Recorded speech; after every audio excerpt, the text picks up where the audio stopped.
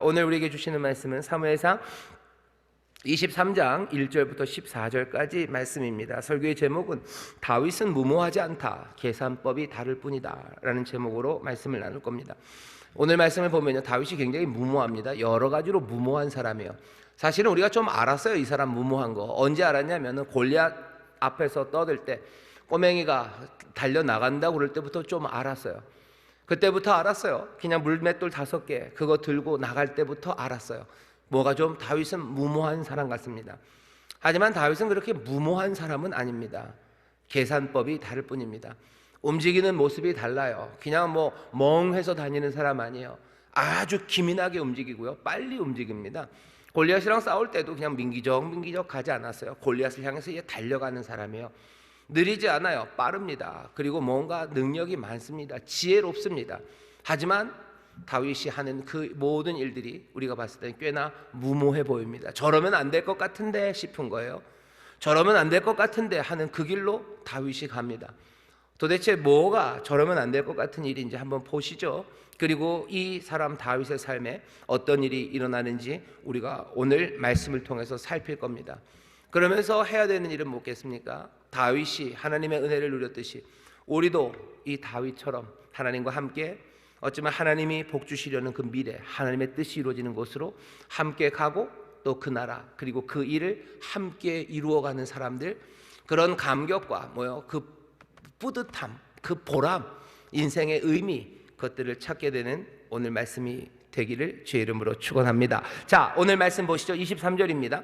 혹이 다윗에게 고하여 가로되 보소서, 블레셋 사람이 그 일날을 쳐서 그 타작마당을 탈취하더이다. 지금 상황은 어떤 상황입니까? 굉장히 어려운 상황이죠. 아둘람 굴로 도망갔었어요. 블레셋을 한번 갔다가 잘 안 돼서 미친 척하고서, 왜 거기 있다가 신분이 들통이 난 거예요. 거기 있다가 큰일 납니다.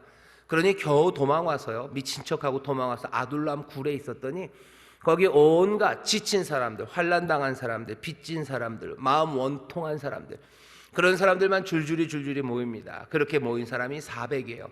자기 부모님들까지 같이 있지만 그건 너무 위험해요. 그러니 모압, 아예 딴 데로, 망명처럼요, 딴 데로 보내놓습니다. 그리고 나서 들려지는 이야기는 무슨 이야기예요? 사울이 죽이러 오는 겁니다. 사울이 죽이러 찾으러 와요. 그것도 거의 제정신 아닌 것처럼 와서 아히멜렉이라는 노베 제사장을 죽이죠.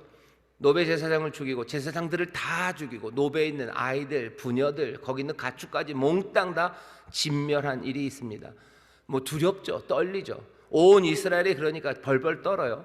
처음에 다윗이 노베에 있는 제사장에게 갈 때만 해도 이스라엘 전체에 사울이 다윗을 죽이려고 쫓아간다는 이야기가 그렇게 많이 퍼지지는 않았을 겁니다. 그러니까 다윗이 노베에 있는 아히멜렉에 갔을 때 아히멜렉이 놀래죠. 왜 혼자 왔냐고. 하지만 이제는 얘기가 달라요. 노베에 있는 제사장들을 다 죽였어요.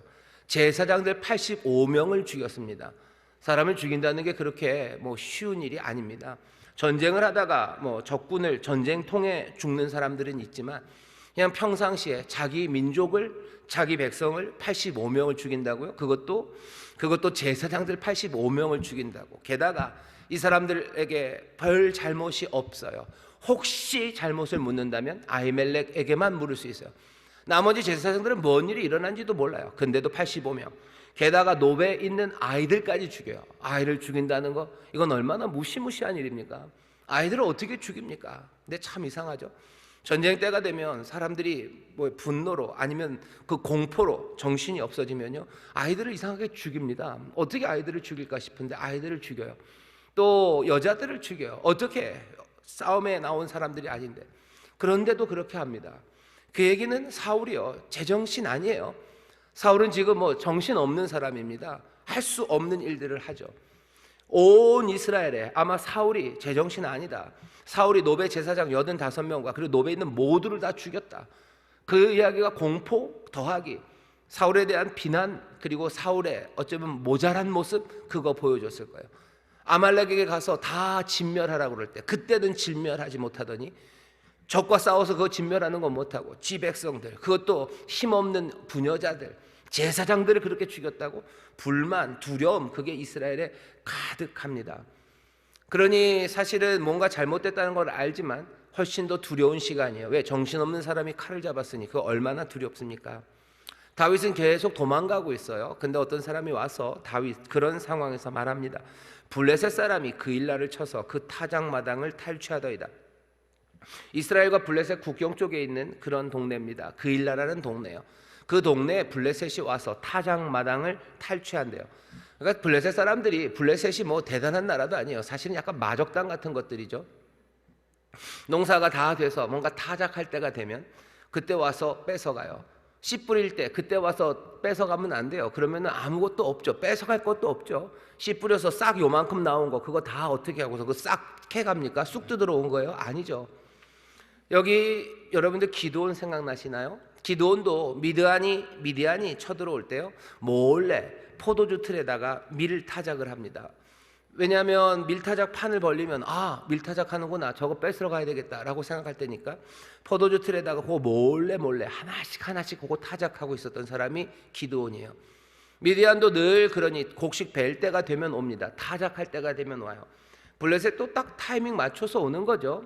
타작마당에 뭐 밀을 벨 때도 아니에요. 벨 때 가져가면 자기들이 타작해야 되니까 아마 밀 베고 뭐 말리고 타작 다 끝난 거 그거 뺏으러 오는 겁니다. 그러니 얼마나 야비한 사람들이에요. 그리고 그일라는 얼마나 불쌍합니까? 늘 나쁜 사람들은 야비해요. 착하고 선한 나쁜 사람은 없습니다. 빼앗길 때는 이렇게 늘 억울하게 빼앗기죠. 그냥 새싹 요만큼 나왔을 때 빼앗기면 덜 억울할 텐데 고생은 고생대로 다 해서 땡볕에 수고하고 애쓴 내 삶의 것들을 사람들이 속 뺏으러 옵니다. 다윗이 그 이야기를 들어요. 그 이야기를 듣습니다. 그리고는 이상한 이야기를 합니다. 2절입니다. 이에 다윗이 여호와께 묻자와 가로되 내가 가서 이 블레셋 사람을 치리이까? 여호와께서 다윗에게 이르시되 가서 블레셋 사람을 치고 그일라를 구원하라 하시니. 여기 다윗의 무모함이 나와요. 블레셋이 그일라를 치는 건 하루 이틀의 일이 아니었을 겁니다.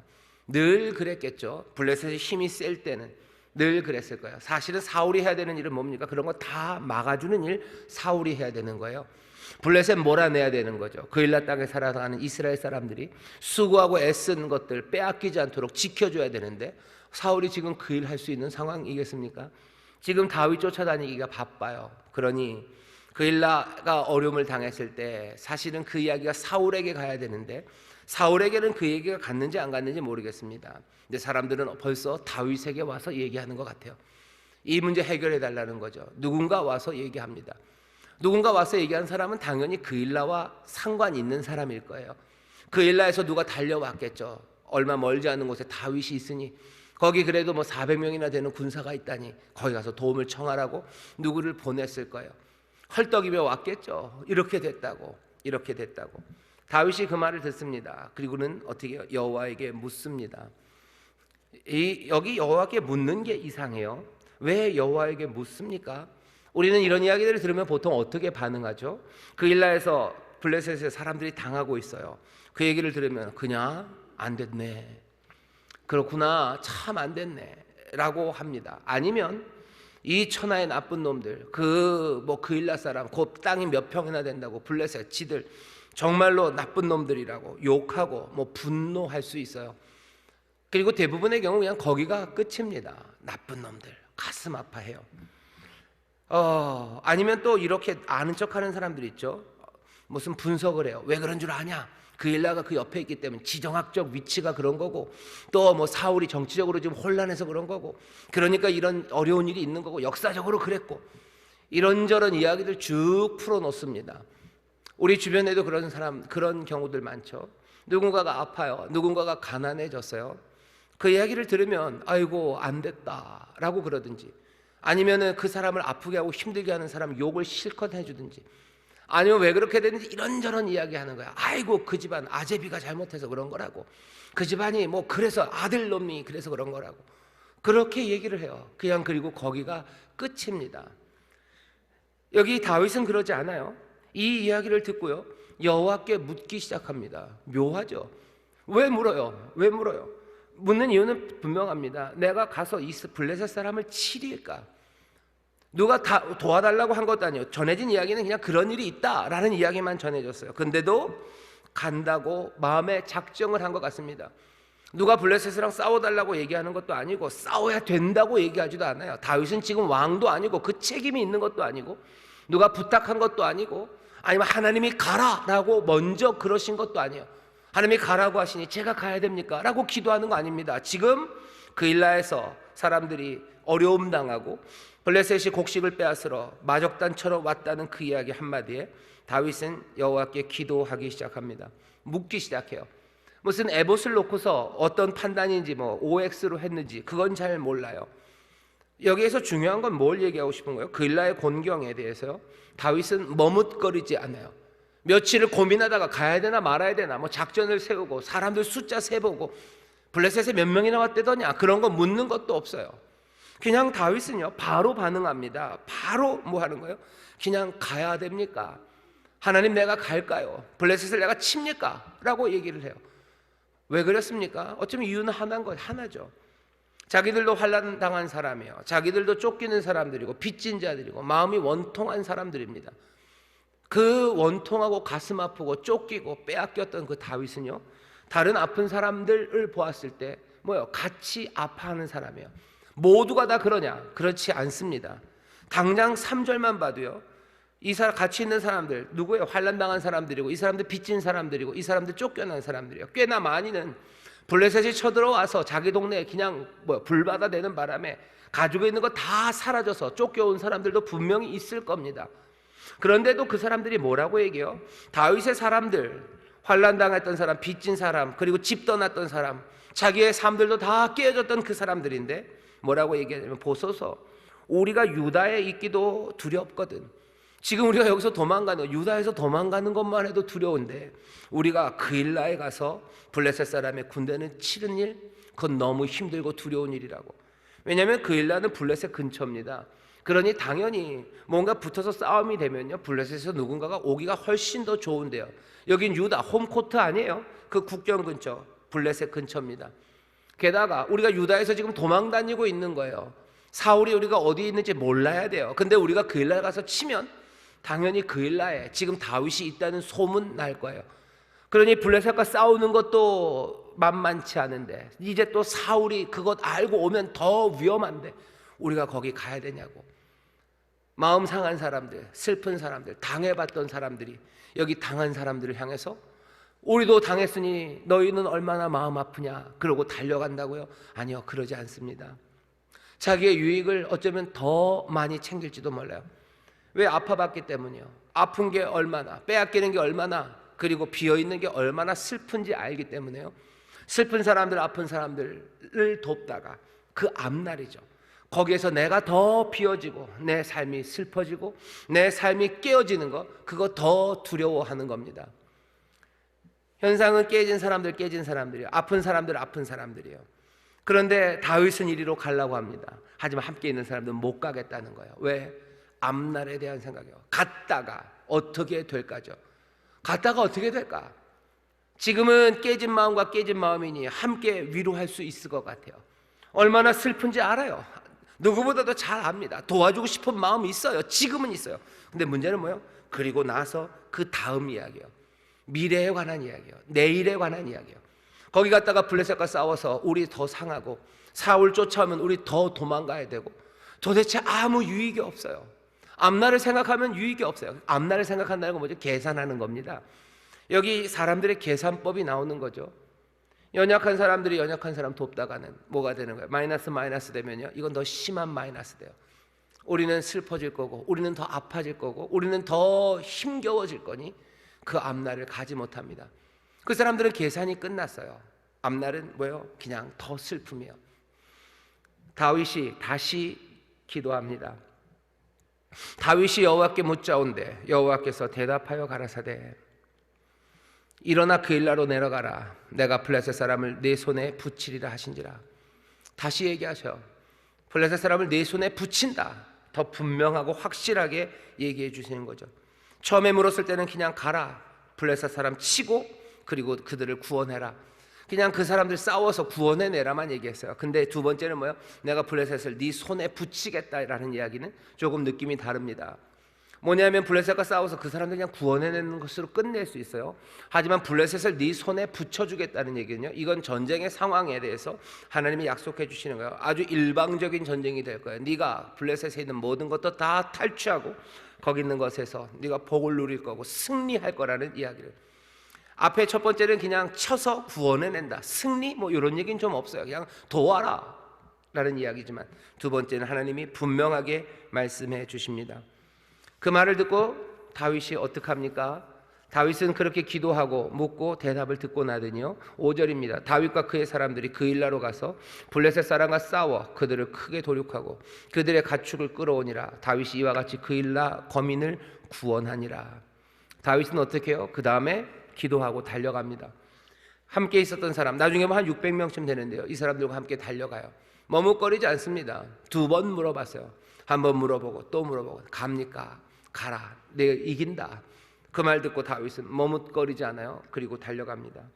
사람들은 거기서도 멈칫할 수 있죠. 아이고, 하나님이 약속해 주셨지만 좀 더 생각해 봐야 되는 거 아닙니까? 앞날에 대해서 다윗은 계산이 끝났어요. 다른 사람들은 여전히 그 앞날에 대해서 계산이 다른 답이 나오는 사람들이 있습니다. 다른 답, 내 삶에 아픔이 올 거예요, 실패가 올 거예요. 아니요, 다윗은 앞날에 하나님의 약속, 기도하고 내가 받은 것에 대해서 분명한 믿음과 확신을 가지고 갑니다.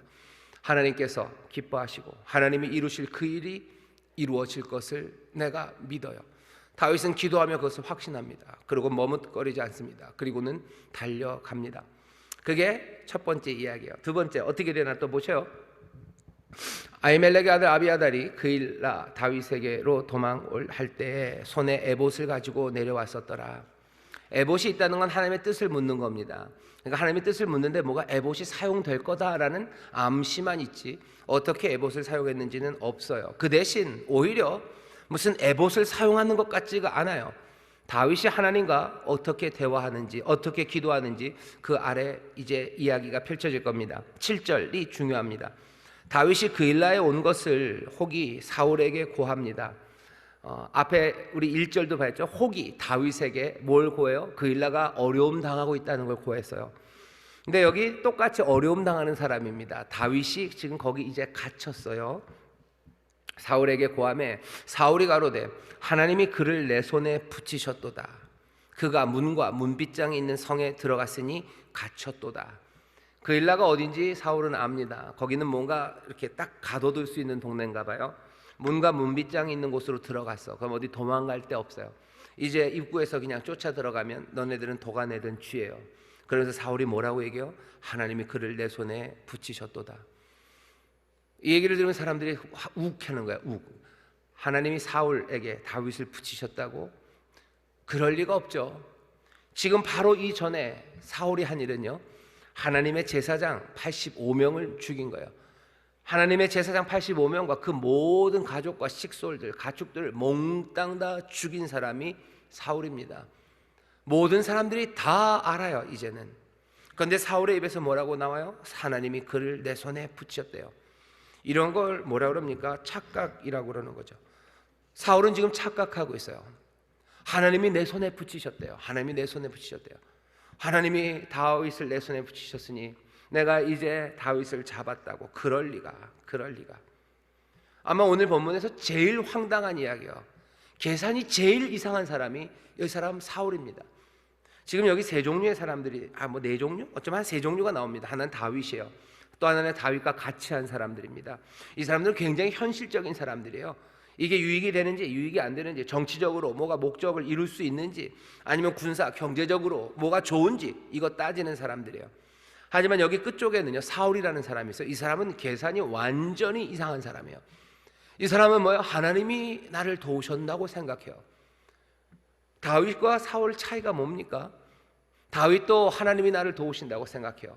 사울도 지금 여기 보면요, 하나님이 그를 내 손에 붙이셨대요. 근데 사울의 말이 이상해요. 이건 뭐야? 이 사람은 계산 참, 우리가 앞날에 미래에 하나님께서 나를 도우신다고 똑같이 말해요.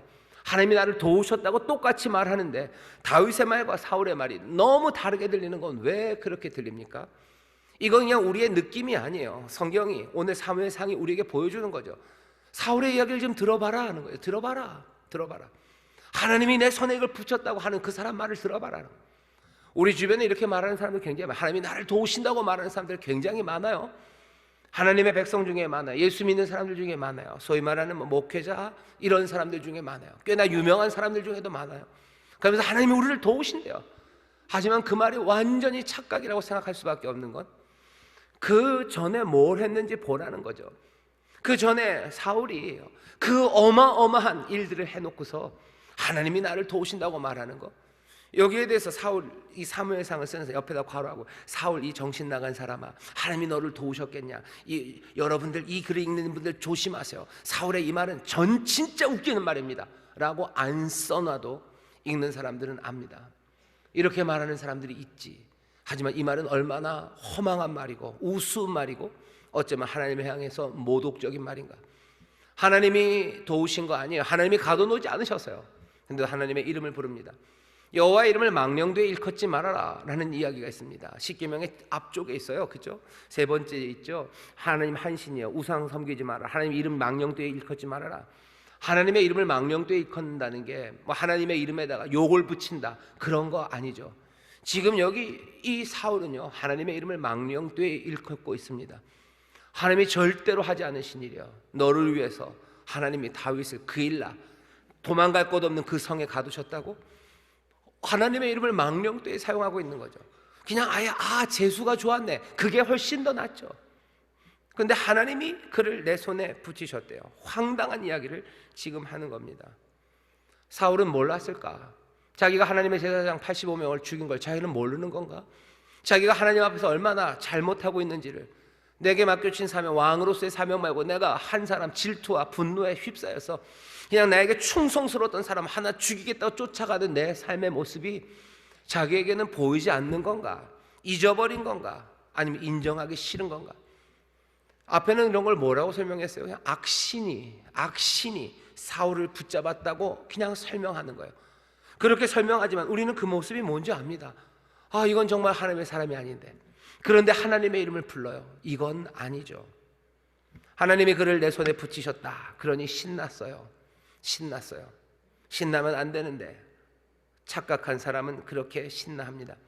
그리고는 얘기하는 거죠. 사울이 모든 백성을 군사로 불러 모으고 그일라로 내려가서 다윗과 그의 사람을 애워싸려 하더니 다윗이 사울의 자기를 해하려는 계교를 알고 제사장 아비아들에게 이르되 에봇을 이리로 가져오라 하고, 어떻게 됐는지 모르지만 다윗이 또 그 계교를 압니다. 어떻게 누가 알려줬을 수도 있고요, 그건 중요하지 않아요. 어쨌든 알게 돼요. 그리고는 에봇을 가져오라고 합니다. 그리고는 또 묻기 시작해요. 10절입니다. 다윗이 가로되 이스라엘 하나님 여호와여, 사울이 나의 연고로 이 성을 멸하려고 그일라로 내려오기를 꾀한다 함을 주의 종이 분명히 들었나이다. 내가 이런 말을 들었어요 라고 지금 이야기합니다. 하나님께 얘기를 해요. 그리고서는 말합니다. 그일라 사람들이 나를 그의 손에 붙이겠나이까? 주의 종의 들은 대로 사울이 내려오겠나이까? 다윗은 두 개 묻습니다. 하나는 뭐냐면, 이제 사울이 오면 이 그일라 백성, 자기가 구원해준 사람이야, 이 사람들이 나를 잡아다가 사울에게 넘기겠습니까? 나중에 대답이 나오지만 하나님이 그러시죠. 넘긴다. 얘네들은 넘긴다. 사실은 다윗이 그일라를 구하러 갈 때를 생각해 보셔요. 다윗은 그일라가 어려움에 처했다는 이야기를 듣고 그냥 물불 안 가리고 간 겁니다. 물불 안 가리고 간 거예요. 그런데 그일라 사람들은 사실은 그렇게 감사하지도 않는 것 같고 그렇게 믿을 만한 사람도 아닌 것 같아요. 어떻게 자기들을 구하기 위해서 달려와서 자기들을 살려준 그 사람을 사울이 온다고 또 내줍니까?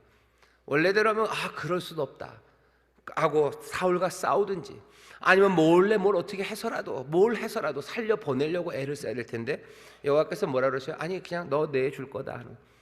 다윗은 헛수고한 거죠. 어떻게 보면 뭐 이런 사람들, 신뢰할 수도 없는 사람들, 연고도 없는 사람들, 그냥 이 사람들 불쌍하고 먹을 거 빼앗길까 봐 달려온 건데 그냥 처절한 배신 앞에 서 있는 겁니다. 다윗이 묻죠. 그 사람이 우리를 내줍니까? 그일라가. 사울은 정말로 옵니까? 두 개를 물어봐요. 하나님 대답하십니다. 대답해 주셔요. 가라사대, 여호와께서 가라사대 그가 내려오리라. 사울이 온다. 근데 사실은 두 개 물었죠. 그일라 사람이 나를 사울에게 넘깁니까? 사울은 정말 내려옵니까? 하나님 대답하시는 건 사울이 내려온대요. 왜 1번은 대답하지 않으셨어요? 잘 모르겠어요. 그러니 다윗이 멈춥니까? 안 멈춥니다. 아, 왜 1번은 대답해 주지 않으시냐고 다시 묻습니다. 다윗이 가로되 12절입니다. 그일라 사람들이 나와 내 사람들의 사물의 손에 붙이겠나이까? 다시 묻습니다. 여호와께서 가라사대 그들이 너를 붙이리라. 왜 하나님이 처음에 두 개에 한 번에 대답해 주시지 그냥 따로따로 대답해 주셨을까? 그 문제가 여기서 중요한 거는 아니에요. 중요한 거는 다윗과 여호와 하나님께서요, 지금 주고받는 이야기가요, 여기에 뭔가 두려움과 떨림 내지는 무슨 격식 이런 게 좀 없어요. 그냥 묻는 말에 툭툭 대답해 주셔요. 대답이 좀 없으면 다시 또 묻습니다. 왜 사울이 온다고만 얘기합니까? 그일라 사람이 나를 치는 거 그거 얘기 안 해주셨으니까. 다윗은 뭐 하면 돼요? 그냥 물으면 돼요. 만군의 여호와여, 내가 다시 묻는 게 두렵고 떨리오나 그래도 나에게 말씀해 주신다면 내가 얼마나 감사할지. 그런 얘기 없어요. 그냥 다시 묻습니다. 그일라 사람들이 옵니까? 나를 넘겨줍니까? 여호와께서 대답하셔. 그 사람들이 너를 붙이리라. 하나님과 여호와 사이, 다윗과 여호와 하나님 사이에 어쩌면 친구가 이야기하듯이 그 이야기가 지금 오고 가고 있습니다. 그 이야기를 들어요. 그리고선 다윗은 어떻게 합니까? 아이고 하나님 억울합니다. 내가 그일라 사람들을 도왔는데 왜 이렇게 나에게 억울한 일을, 이 믿지 못할 인간들을 내가 도운 내가 잘못이네요. 하나님 그러고 있지 않아요. 다윗은 하나님이 대답해 주시자마자 너를 붙이리라 그랬더니 그냥 바로 13절입니다. 다윗과 그의 사람 600명 가량이 일어나 그일라를 떠나서 갈 수 있는 곳으로 갑니다. 그냥 일어나요. 아주 빨라요. 재빠릅니다. 하나님 그러셔요. 그럼 우린 갑니다. 거기서 억울하다고 주저앉지 않아요.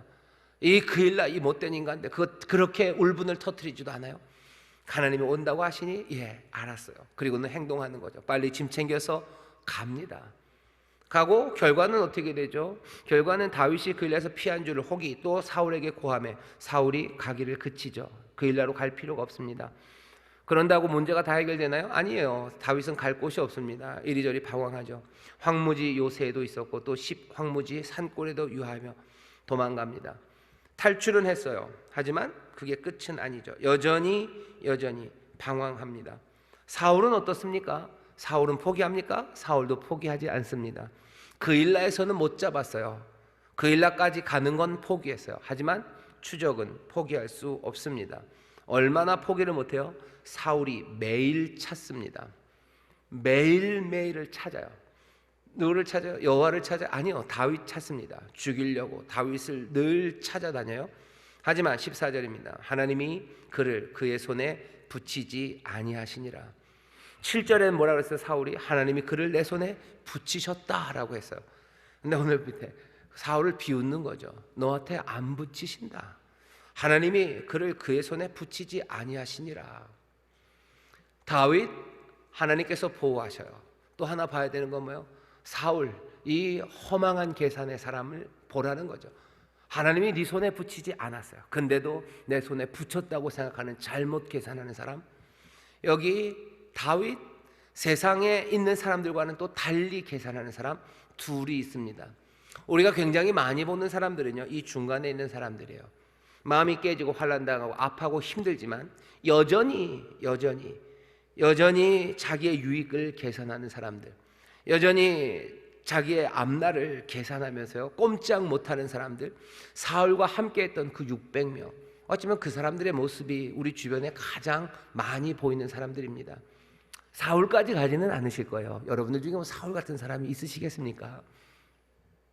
마음에 콱 찔리는 사람들이 있으시면 그건 성령님이 주시는 감동이에요. 그런 분들은 오늘 더 많이 기도하십시오. 보통은 여기 중간에 있어요. 가지 마셔요. 왜 거기에 우리가 신경 써야 됩니까?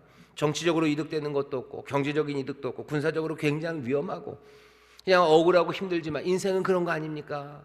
그냥 우리 갈 길을 갑시다 라고 하는 사람들, 그 사람들이 대부분이에요.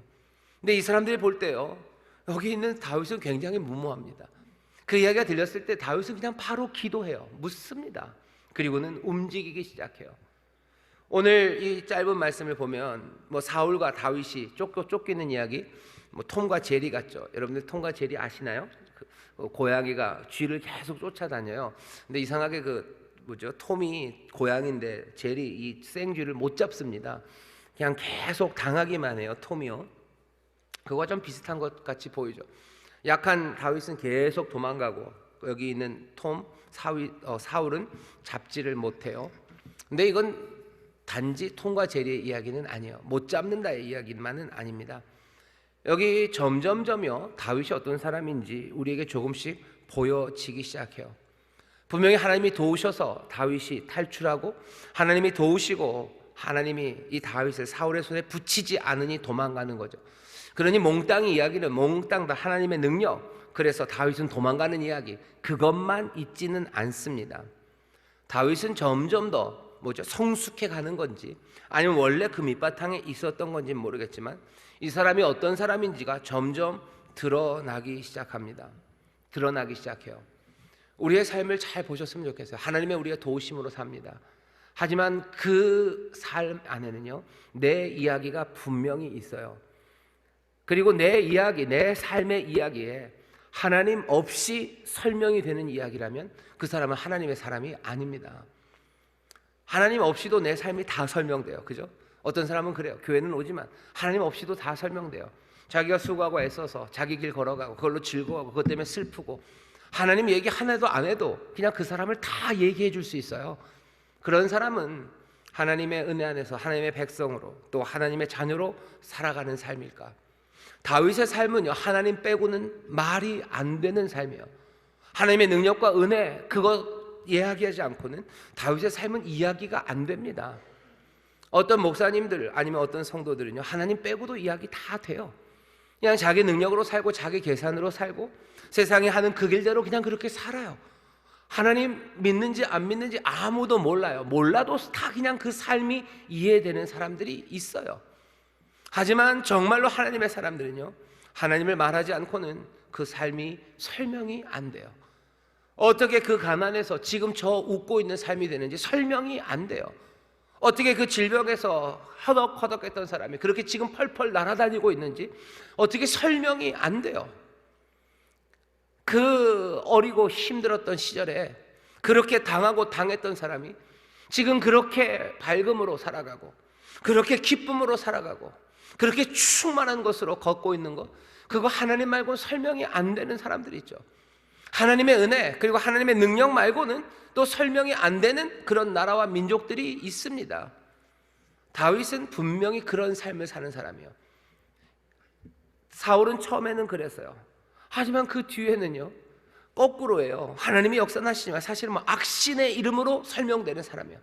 악한 영의 이름으로 설명되는 삶을 살아가는 사람들이 있습니다. 그러면 그 사람들은 뭐예요? 그 사람은 악신과 연결된 삶이에요. 하나님의 이름, 하나님 말하지 않고는 설명이 안 되는, 하나님으로만 설명이 되는 사람들, 그 사람들 하나님의 사람입니다. 다윗이 살았던 삶은요 하나님을 말하지 않고는 설명이 안 되는 그런 삶을 살았습니다. 이 삶의 사람은 어떻게 삽니까? 오늘 본문을 보면 이 사람은요 점점 더 아름다워지는데 어떻게 아름다워지냐면 이 사람의 계산이 좀 이상해요. 이 사람은 자비와 긍휼을 따라 움직입니다. 내 마음에 하나님이 주시는 그 자비와 긍휼로 그 일날 사람들을 보는 거예요. 그 사람들이 믿을 수 없는 사람들이고 그리 감사하지도 않지만 그 사람들 때문에 내가 가는 건 아닙니다. 내 인생의 이유가, 내 인생의 동기가 세상 바깥에 있지 않아요. 나는 하나님 그리고 하나님의 은혜와 자비하심, 주님이 내 인생의 동기가 되는 거죠. 내가 누구를 사랑하고 누구를 돕고 누구를 내어줄 때요 이 사람이 훌륭한 사람이면 참 돕고 싶어요. 그런 적 많죠. 무슨 가난하고 상처받고 어리지만 우리는 그런 영화 같은 거 생각해요. 하지만 이 영혼은 맑고 순수하고 마음이 비단결 같고 그래서 내가 조금만 위로하는 말 하면 초롱초롱한 눈망울로 감사하다 그러고 결초보온한다 그러고 평생의 나를 생각하면서 즐거워하고 그런 거 생각하면서 내가 돕습니까? 그러면 여러분들 도울 수 없습니다. 배신하는 사람들 굉장히 많고요. 그리고 그런 배신 당했을 때 그 상처, 그러면 우리는 사랑을 베푸는 거 멈춰야 되죠. 내가 남 도와줬다가 돈 띄어본 사람들 많으셔요. 그러고 나면 무슨 결심합니까? 내가 다음부터 돈을 빌려주나 보라. 그 인간한테만 아니라 내가 모든 사람에게 내가 돈 빌려주는 거 절대 안 한다라고 생각하게 됩니다. 생각하게 되죠. 그건 뭐예요? 그 사람 때문에, 사람들 때문에 내가 하기 시작하는 거예요.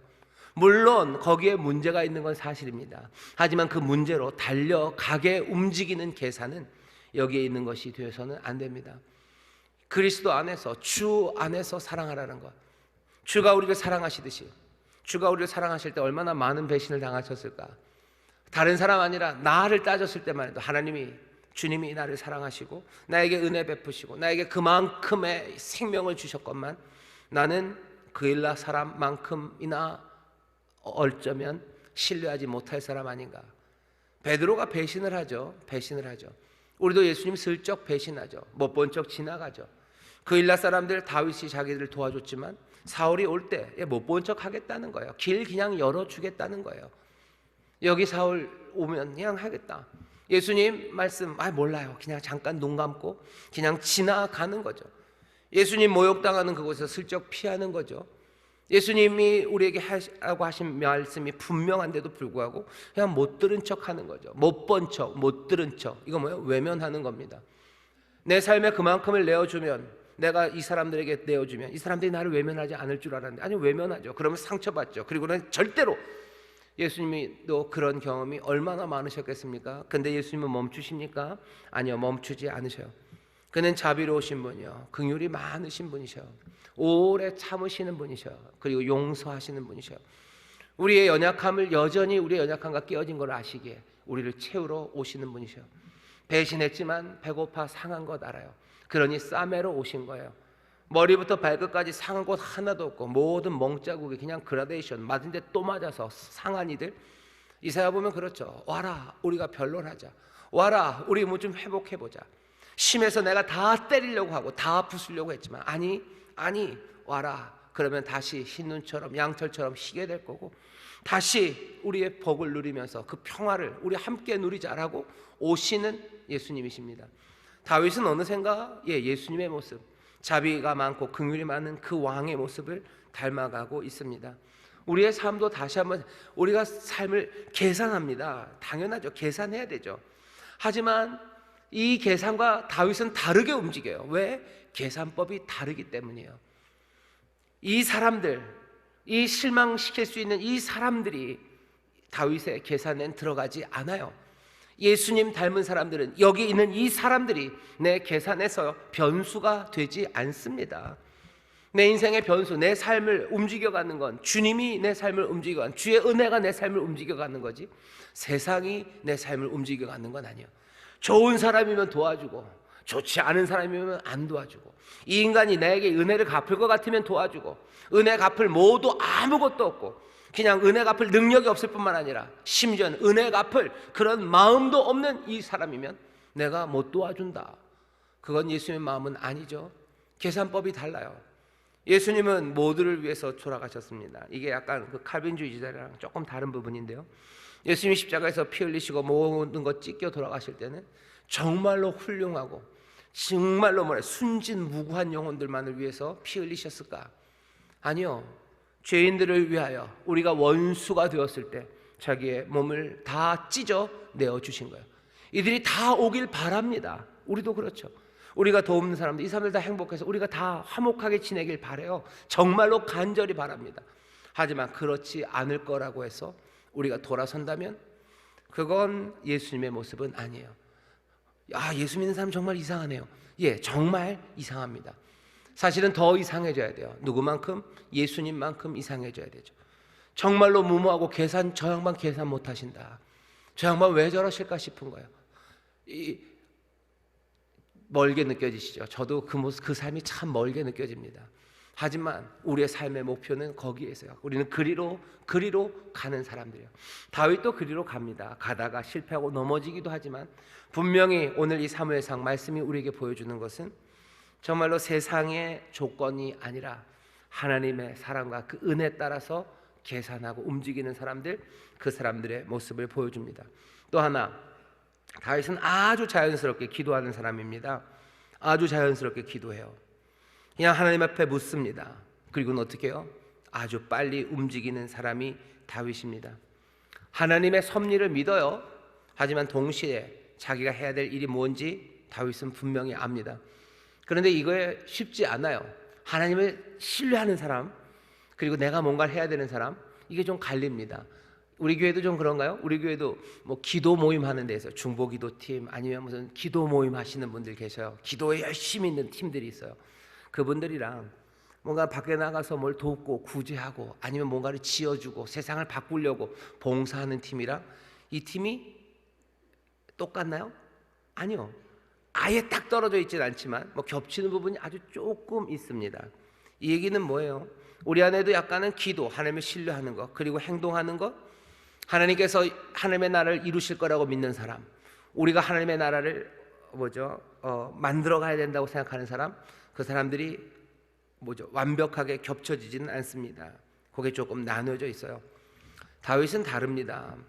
이 사람은 멈추지 않고 기도하는 사람이에요. 멈추지 않고 기도합니다. 계속 묻죠. 그리고는 어떻게 해요? 계속 움직입니다. 그 일나로 가라 할 때 그 일나로 가서 싸워요. 사울이 온다, 그 일나가 너를 사울에게 넘긴다 할 때 다윗은 그냥 바로 떠납니다. 다윗은 움직여야 되는 게 뭔지 알아요. 대담하게 기도합니다. 기도를 통해서 확신할 수 있죠. 내 미래는 하나님이 나를 도우실 거예요. 내 미래를 나가서 미래를 위해 사는 모든 행동들에 하나님이 우리와 함께 하실 거라고 확신해요. 그러니 기도하고 그 앞날을 향해서 다윗은 그냥 달려가는 사람입니다. 다윗에게 있어서 기도는 습관이 아니에요. 기도는 의무적인 게 아닙니다. 다윗은 기도랑 행동이 세상을 바꾼다고 분명히 믿는 사람이에요. 내가 기도하고 또 말씀 따라 내가 달려나가기 시작하면 하나님이 우리에게 주실 그 아름다운 미래가, 하나님의 뜻이, 그 복된 날이 우리에게 분명히 주어진다고 다윗은 믿는 사람입니다. 그리고는 어떻게 기도해요. 그리고 달려갑니다. 이 다윗이, 그리고 이 은혜와 능력의 하나님이 뭐 하시는 거예요? 새 미래를 이스라엘에게 가져다 줍니다. 사무엘상 오늘 말씀이 우리에게 알려주는 거예요. 알려주는 건 뭐죠? 하나님과 다윗이 이스라엘의 미래를 가져온다. 하나님만도 아니에요. 다윗만도 아니에요. 그럼 하나님은 몇 프로, 다윗은 몇 프로? 그딴 얘기는 없어요. 우리에게 이것으로 충분합니다. 하나님과 다윗이 이스라엘의 미래를 가져와요. 기도하고 거기에서 확신을 가지고요. 그리고 달려나가는 사람, 하나님의 마음을 품고 또 하나님의 능력으로 충만해져서 기도하고 주를 신뢰하는 가운데 달려가는 사람, 그 사람이 하나님의 복된 날들을 누리고 그 날들을 만들어 갑니다.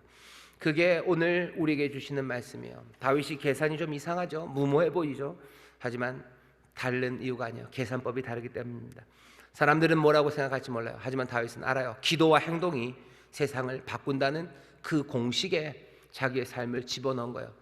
나머지 고려할 것 별로 없습니다. 그 일나가 얼마나 착한 사람들인지, 그 일나가 얼마나 감사하는 사람들인지, 세상에 사울처럼 착각하는 사람의 힘이 얼마나 센지, 그런 것들에 대해서 고려하지 않아요.